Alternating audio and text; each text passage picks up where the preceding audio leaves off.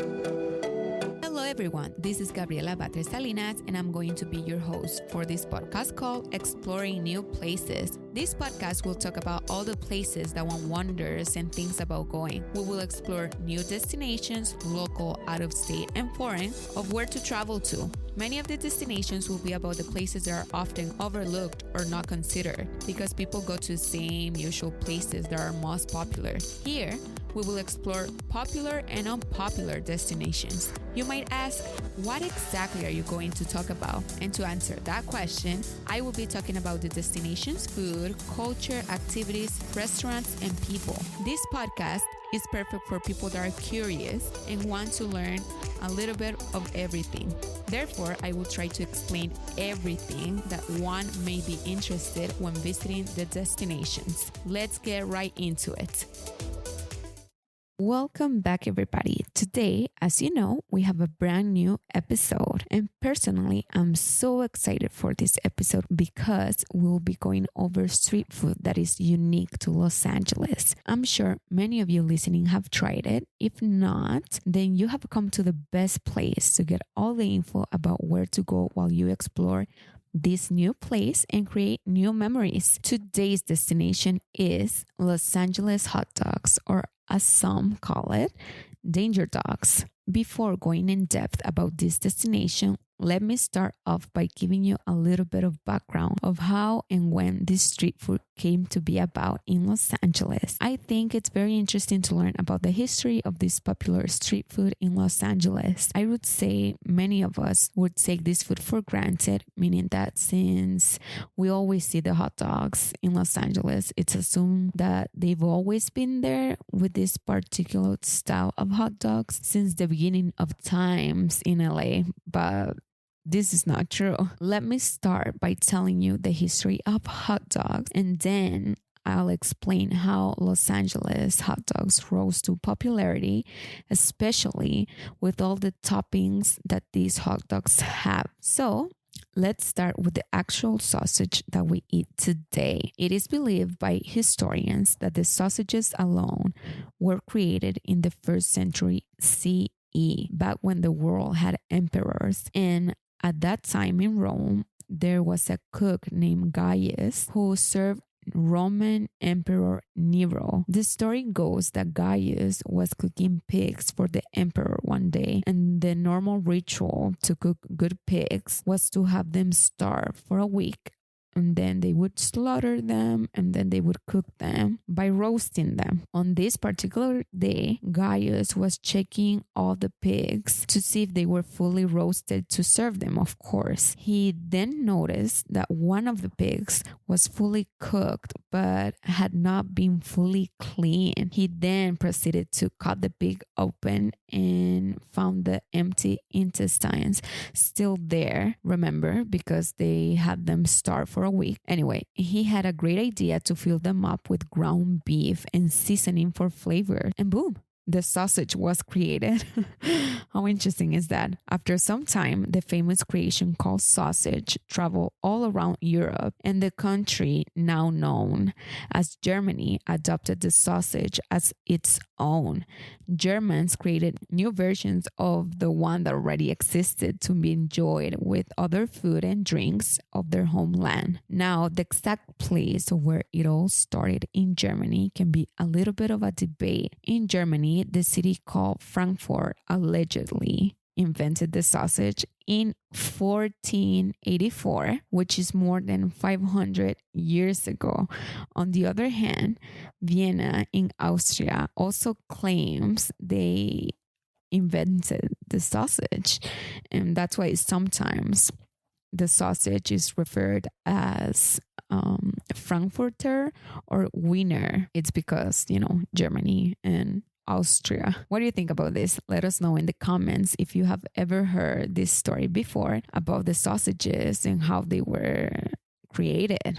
Now, you may obviously question, so how did the hot dogs travel or come to the United States of America? Well, let me tell you that the hot dogs came to the US due to German immigrants who started selling their hot dogs in the 1860s in New York City. They would sell hot dogs on the streets and on push carts. In 1871, a German immigrant man named Charles Feldman opened his own hot dog stand in Coney Island, which became very popular. Some articles say that Feldman sold 3,600 hot dogs in a year. By 1893, hot dogs were popular and known for activities related to leisure and fun. Isn't that so interesting to learn? Okay, let's keep going. This is where it gets super interesting. Feldman used to have an employee named Nathan Handwerker, who was a Polish immigrant man. At the time,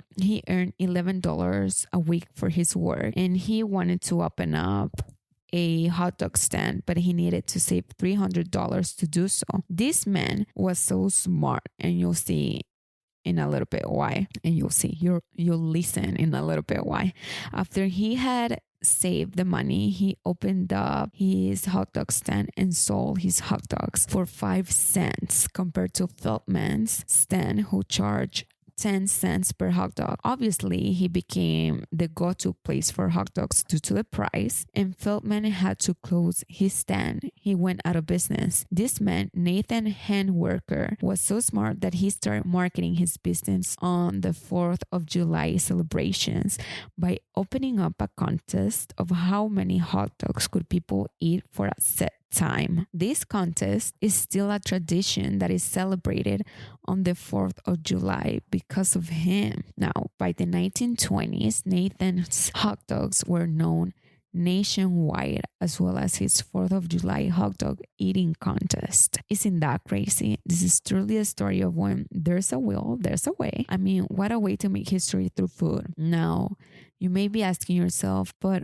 how did Los Angeles end up with hot dogs? And, especially with pico de gallo, avocado, roasted jalapeno, caramelized onion, mustards, mayo, ketchup, and bacon wrapped on the sausage, and of course the bun. According to Thrillist.com, after having obtained notoriety around the world, Mexico was no different to hot dogs. The city of Hermosillo in the state of Sonora began making its own version of hot dogs. By the 1950s, the Sonora hot dog had evolved and was made, and still is made, with bacon wrapped on the sausage, pinto beans, and a split bolillo roll, which is like the cousin of the French baguette, grilled onions, cream, mustard, tomatoes, and pepper on the side. States close to the Mexican border started making their own versions of what the Sonoran hot dogs are. Some newspapers dated from the late 1940s to the mid 1960s were publishing recipes of how to make bacon wrapped sausage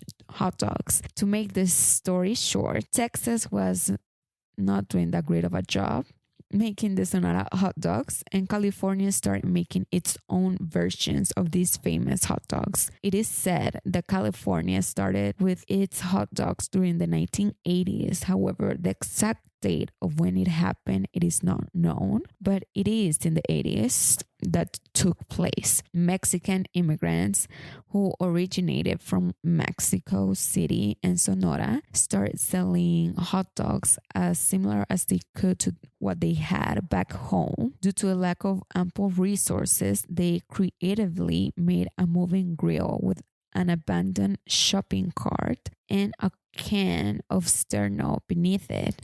And that's how they started selling these famous hot dogs that are, LA style. And some people refer to them as danger dogs because it's street food. Now, you know how the Sonora style hot dogs came to Los Angeles. As you may know, the Food and Drugs Administration, the FDA, had many issues with this for a very long time. And I believe they still do a little bit. But, this is a tradition and a staple food that you can only find in Los Angeles. Of course, you have to know that the flavor, the hot dog as such, is not exactly as the one in Sonora, but it it is very similar to the original version. My personal experience with this famous street food has been amazing. I mean, I really like our Los Angeles hot dogs.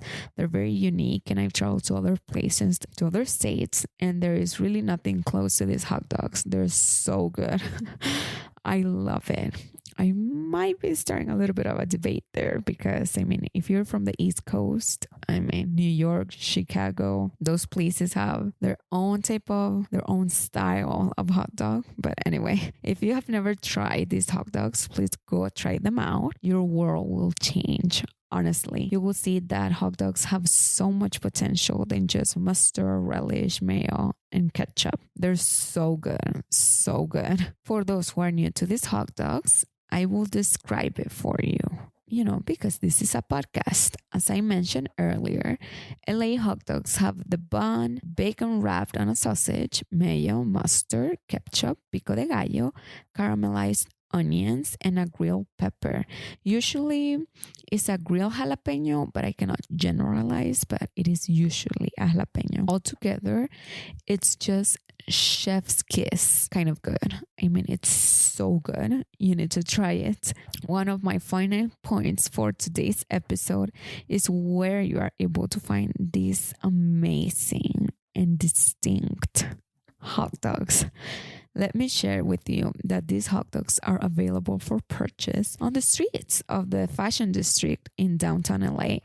I've tried hot dogs from other places, but I would say that these hot dogs are where you actually need to try them at. I feel like you will get more of an experience if you go there and you can walk around to find a good hot dog stand that catches your attention the most. I will not say a specific place or stand because there are so many hot dog stands that actually sell really good hot dogs. Therefore, it is just based on your preference of where you feel most comfortable buying them from. Most of the vendors speak Spanish fluently, and you can ask them about their story, about how they've been selling hot dogs on the street, how long how long they've been selling hot dogs on the streets, and they will tell you usually their story, which is amazing to hear. There are so many stories to pay attention to, and they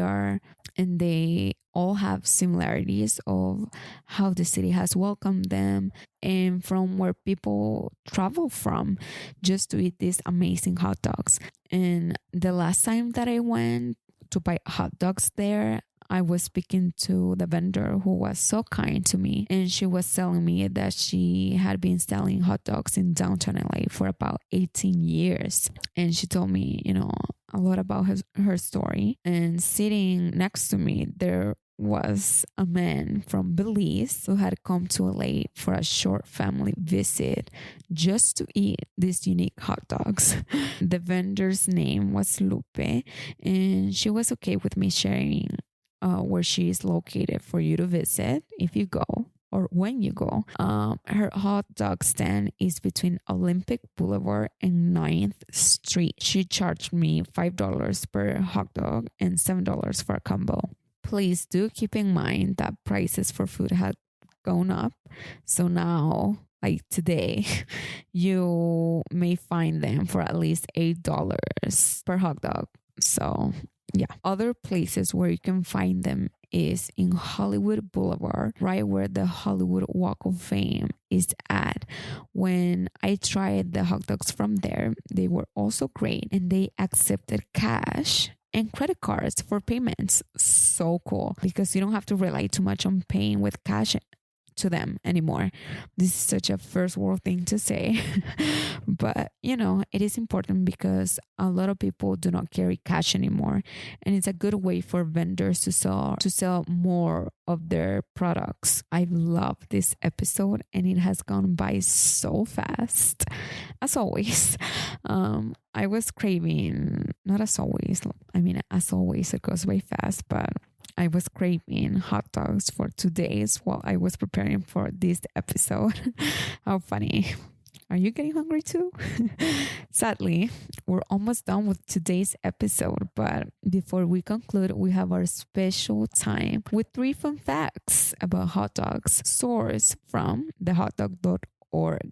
Number 1, did you know that there are 70 million hot dogs eaten during the 4th of July each year?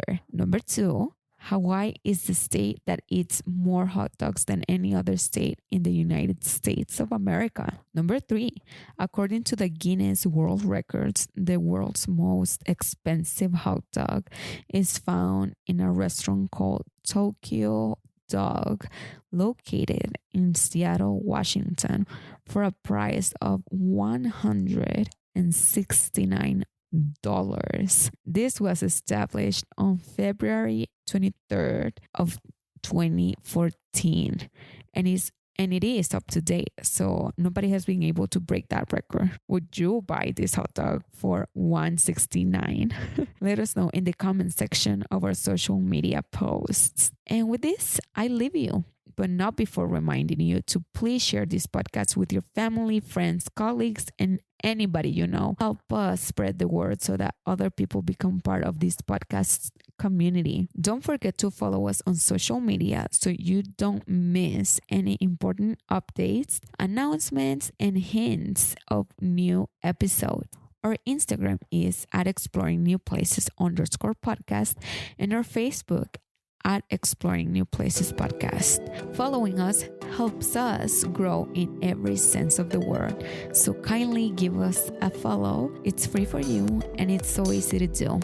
If you've liked this episode or a previous one, I invite you to review us on your favorite platform where you listen from. I love it if you would do it, especially on Spotify and Apple Podcasts. New episodes are published every other Friday at 7 a.m. Pacific Standard Time, and you can find us on all of your favorite podcast platforms such as Spotify, Google Podcasts, Amazon Music, Apple Podcast, iHeartRadio, Pandora, and Castro, to name just a few. Thank you so much for tuning in today and listening to Exploring New Places podcast, where you create new memories. Now we actually conclude. Until next time.